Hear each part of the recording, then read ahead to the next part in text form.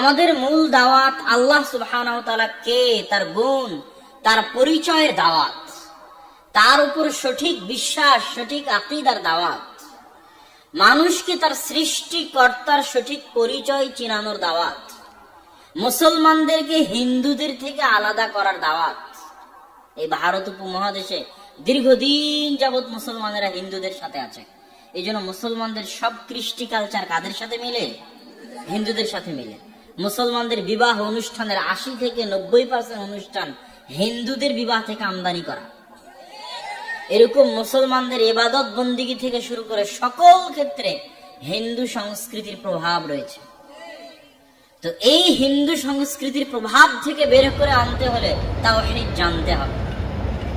আর তাওহীদ বিহীন আমল আল্লাহ সুবহানাহু তাআলার দরবারে কবুল হবে না।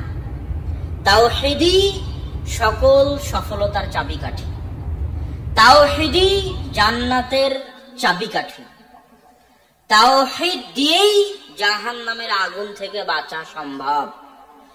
শিরক আর তাওহীদ পরস্পর বিরোধী। যেখানে শিরক আছে ওখানে তাওহীদ নাই।